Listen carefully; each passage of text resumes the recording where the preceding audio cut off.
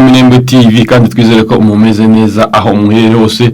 Nimba nawe utameze neza uyu munsi ejo bizagenda neza niko mwisi bimera. Uyu ni umwanya makuru rero kuri Minembwe TV. Amakuru yacu reka tuyohere kuri izi ngingo z'ingenzi tugiye kurambura mu kanya. Kabila agiye gukurikiranwa ashinjwa ubugambanyi bwo ku rwego rwo hejuru. Ishyaka rya none ryahagaritswe muri Repubulika ya Demokarasi ya Kongo. Turaza gusoreza muri Tanzania tubabwire ko ishyaka Chadema ryamenye aho umunyapolitike Tundu Lissu wari wabuze aherereye. Aya n'ayandi ndakubwiye muri izi ngingo z'ingenzi ni mu kanya gatoya. Ikaze amakuru ya Minembwe TV mwateguye kandi mugiye kugezwaho na Nkunda. Kabila agiye gukurikiranwa ashinjwa ubugambanyi bwo ku rwego rwo hejuru. Leta ya Repubulika ya Demokarasi ya Kongo yatangaje ko igiye gukurikirana mu cyamanza Joseph Kabila wahoze ari perezida ashinjwa ubugambanyi bwo ku rwego rwo hejuru ku gihugu mu ntambara Kinshasa igwana n'umutwe w'inyeshyamba M23. Ibi bibaye nyuma y'umunsi bitangajwe ko Kabila yasubiye muri Repubulika ya Demokarasi ya Kongo anyuze mu burasirazuba bwayo mu mujyi wa Goma ugenzurwa na M23.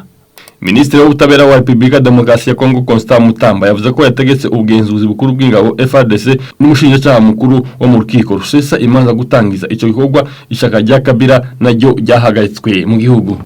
Mu itangazo Minisitiri Mutamba yashinje Kabila kugira uruhare rutaziguye mu bushotoranyi bukorwa n'u Rwanda runyuze mu mutwe w'iterabwoba wa M23. Ndacho Kabila yari yatangaza ku mugaragaro ku makuru yo gusubira mu gihugu cye cyangwa se kuri ibi ashinjwa n'ubutegetsi bwa Kinshasa. Mu kiganiro kuri telefone na BBC dukesha iyi nkuru kuwa gatandatu umuvugizi wa M23 Lawrence Kanyuka yumvikanishije ko Kabila yageze igoma ati simbona ikibazo na kimwe cyaba gihari. Amakuru yo gusubira muri RDC kwa Kabila yatangajwe bwa mbere na radio mpuzamahanga y'Abafaransa RFI kuwa gatanu ninjoro isubiramo amagambo y'abantu babiri ba hafi na M23 n'uyu muntu uri hafi ya Kabila. RFI isubiramo amagambo y'abo bantu yatangaje ko Kabila yanyuze i Kigali akabona kugera aho mu mugwa mukuru w'intara Kivu y'Amajyaruguru ntaco leta y'u Rwanda yari yatangaza ku mugaragaro kuri ibi. Kinshasa na ONU n'ibihugu byinshi byo mu burengerazuba bw'isi bishinja u Rwanda gufasha umutwe wa M23. Leta y'u Rwanda irabihakana ikavuga ko ikibazo cy'intambara yo mu burasirazuba bwa Kongo ari ikibazo cy'abanyekongo ubwabo biganjemo abatutsi baharanira uburenganzira bwabo Kinshasa naniwe gukemura.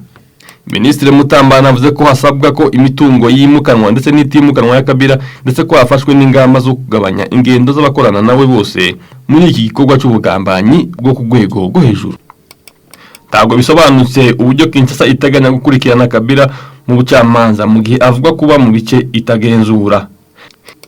Muri indi tangazo Minisitiri w'ubutegetsi bw'igihugu wa DRC Shabani Lukoni Bihango yavuze ko ibikorwa by'ishyaka PPD rya Kabila bihagaritswe mu gihugu hose kubera uruhare uyu mukuru waryo ashinjwa kugira mu ntambara ntacyo iri shyaka ryatangaza ku mugaragaro.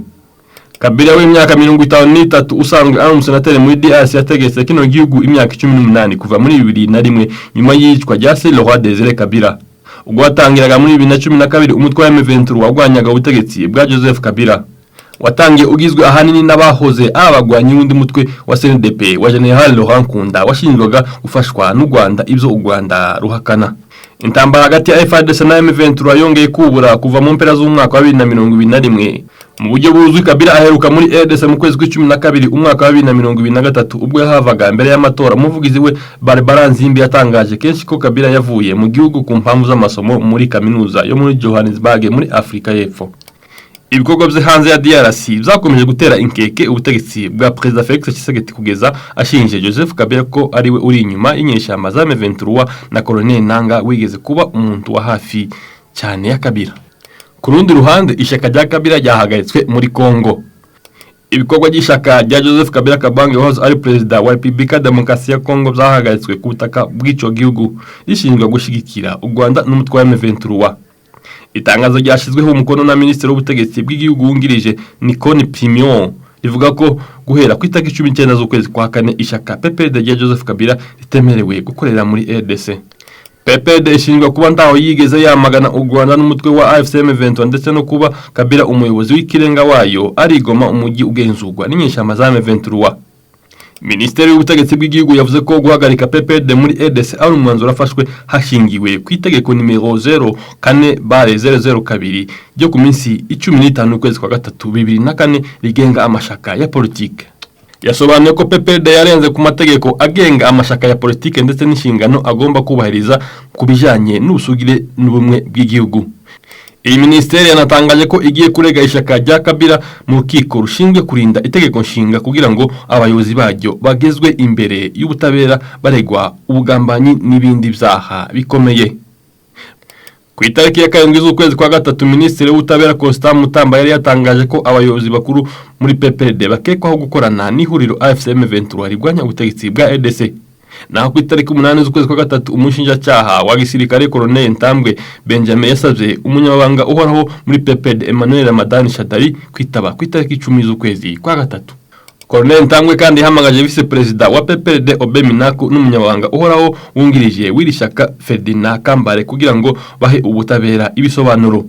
Ishaka rya Kabila ryahagaritswe nyuma yaho abayobozi ba RDC barimo na Perezida Felix Tshisekedi bashinja Kabila gufasha AFCM 23 n'ikirego PPRD yateye utwatsi. Tuje gato muri Kisangani, abantu batandatu bishwe n'inkuba yakubitiye 13 mu isoko. Ikisangani, abantu batandatu basize ubuzima muri 13 bakubiswe n'inkuba muri komine ya Mangobo. Ibintu bibaje cyane byabereye ku isoko ya komine ya Balese nimugoroba w'iposho ushize mu gihe cy'imvura idasanzwe nkuko iyi nkuru dukesha Radio Okapi ikomeza ibivu. Umuyobozi w'akarere ka Mangobo Costa Bolamba yasobanuye uko aya makuba yabaye ndetse n'ingamba zateganijwe kubahotewe n'imiryango yabo. Costa Bolamba yagize ati, kugeza ubu abafuye ni batandatu n'abarindwi bakomeretse igihe imvura yatangiraga gutera ubwoba. Abantu 13 bakubiswe n'inkuba. Yakomeje avuga ko hamwe n'abayobozi bagiye kureba uburyo bwo kwita ku bari mu bitaro no gutunga imiryango y'abapfuye. Reka makuru yacu tuyakomeze muri Tanzania. Chadema yamenye aho umunyapolitike Tundu Lissu wari wabuze aherereye. Ishaka rikomeye itavuganwa n'ubutegetsi bwa Tanzania ryatangaje ko kuwa gatandatu umuyobozi waryo Tundu Lissu wafunzwe akurikiranweho icyaha cy'ubuhemu yimuriwe mu yindi gereza nyuma yuko umunsi umwe ushize ishaka rye rivuze ko ryamubuze. Ibirego Lissu aregwa byongeye gutuma benshi bongera kutizera Perezida Samia Suluhu Hassan kubijanye n'uburenganzira bwa muntu mu gihe azaba yiyamamariza kongera gutorwa mu mpera z'ukwezi kw'icumi uyu mwaka.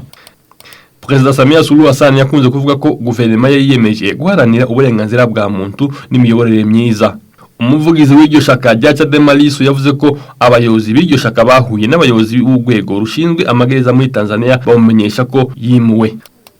Umuvugizi w'ishaka Brenda Rupie yagize ati, Chadema irashaka kumenyesha rubanda ko Lissu yimuriwe muri gereza ya Ukonga. Umuvugizi wa serivisi z'amagereza muri Tanzania Elizabeth Mbezi tiyitavye telefone n'ubutumwa bugufi busaba ibisobanuro nkuko bitangazwa n'ibiro ntaramakuru z'Ubwongereza Reuters. Kuwa gatanu Chadema yari yavuze ko abayobozi b'ishaka n'abunganizi ba Lissu n'abagize umuryango we bagerageje kumugeraho muri gereza yo mu mugwa mukuru wa Dar es Salaam aho yari afungiwe kuva ku itariki 10 z'ukwa kane ariko baramubura. Amakuru yacu reka tuyakomeze muri Nigeria. Imigwano hagati y'abahinzi n'aborozi yaguyemo abantu bagera kuri 56. Nibura abantu 56 bishwe mu gihe abakekwaho kuba aborozi bahora bimuka bagavye ibitero bibiri muri leta ya Benue muri Nigeria muri iki cyumweru. Ibiro za guverineri byavuguruye cyane umubare wabanje gutangwa w'abantu 17 n'iposho nkuko iyi nkuru dukesha Al Jazeera ikomeza ibivuga. Umuvugizi wa guverinoma yavuze ko umubare w'abapfuye ushobora kwiyongera kurushaho mu gihe ibikorwa byo gushakisha no gutabara bikomeje. Na gatanu umuvugizi wa polisi Anene Suweza Katerina mu ijambo rye yavuze ko umubare munini w'abakekwa kwitwara gisirikare bateye mu karere ko muri leta ya Benue ijoro ryose. Iki gitero cyabaye mu gihe hongeye kubaho imigwano yica hagati y'aborozi n'abahinzi, amakimbirane yahitanye amagana n'amagana mu myaka ishize. Wakoze yobanye natwe muri uyu mwanya w'amakuru ariko mbere yuko dusoza nobanza nkabisigura kubera yuko ijwi ryanjye ntabwo ryari rimeze neza, kandi wakoze kubana natwe yo bategereye amakuru yacu na makuru ya Minembwe TV mwategure kandi mwagejwe na Nkunda. Amakuru akozwe neza, amakuru akozwe kinyamwuga, tahandi wo yasanga uretse kuri Minembwe TV. Gusa no kubisa ko byoroshye kuba wakanda aho hasi handitse subscribe kugira ngo uzozuba uwa mbere ubona ibiganiro byiza za mbere kandi biteguwe kinyamwuga twaguteguriye hano kuri Minembwe TV. Reka duhure makuru yacu ataha, mukomeze mukore subscribe, mukomeze musharinge, mukore like, share, comment n'ibindi kugira ngo amakuru n'ibiganiro byiza tuba twateguriye hano kuri Minembwe TV bibagereho neza cyane. Mugire ibihe byiza, Imana ibarinde.